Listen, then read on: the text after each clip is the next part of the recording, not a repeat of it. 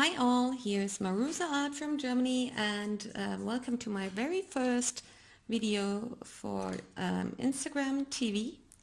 Today I got a request from a dear follower from Brazil. It's Annalise000. She asked me for her 10-year-old daughter. She wants to reach the same effects with watercolor pencils like I have on my watercolor paintings. Normally I work with watercolor pencils, but even sometimes with my polychromos. And I also have from Faber-Castell watercolor pencils, and I want to make a short little intro for absolutely beginners or kids how to work with watercolor pencils. And it works all with pressure. So it's a normal drawing paper, about 190 milligrams, and you start drawing and you with a lot of pressure, and you go lighter and lighter and lighter, and you can see the color variation is from bright and to light, all a matter of pressure. If you want to take away the pigments, never take it away with your finger because it will smear. You can buy a cheap and easy brush from the drugstore for the face, and you can gently brush away all the pigments and it won't smear.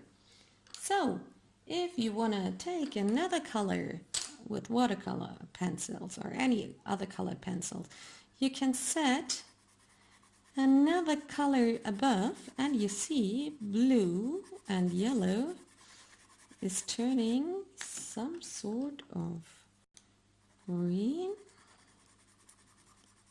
if you set one layer above another, and you can set as many layers till the paper can't get more of it, and take away all the pigments. And you can see I can also show it on red and yellow. Oops. And yellow, lots of pressure. Here you can see it's turning some sort of orange. That's the way you can mix the colors onto the paper with many layers. So you can start blending it either with this tool made of rolled paper. It's pretty cheap. You can buy it on every paper store, and you can blend the colors. But I don't like it when I work with colored pencils because I think the effect is not so good, and if you have another color in it, it's smearing around and it's sort of gray and dirty. I don't like this way.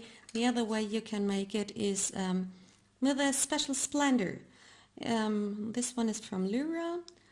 It's pretty expensive, pretty cheap, for about €1.70.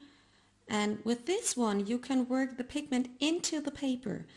You go over it, and as you can see, I blend it and work the pigment into the paper, and it's getting smoother over there. You can see here it's getting more and more orange. What you do, you work the pigment into the paper. Take it away with a brush, and you see it's nice and bright, and you can't see the single strokes so much as before. But one thing you need to know, if you work with a splendor like this, you can't set another layer above because the splendor is closing the surface. It won't work to set another layer above. Here you can see I can set the layer over here where I didn't work with the splendor, but not over here. That doesn't work.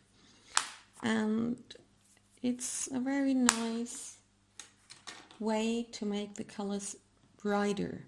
Now you can also work, of course, with watercolor pencils with water. So I'm taking my brush and load it with water. Be careful, don't take too much water. It might not drip off. So just load the brush with water that it won't drop off, and then you can mix the colors onto the paper.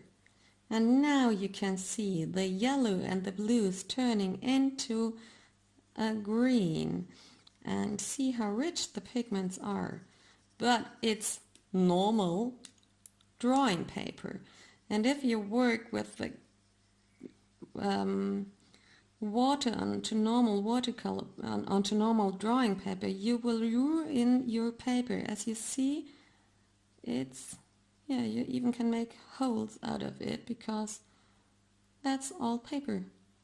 It will ruin your paper. So therefore, please work with watercolor paper. You can buy even as a beginner with and work with very cheap watercolor paper. I buy it in a big block for about 30 to 40 centimeters and cut it into the pieces I want to work with.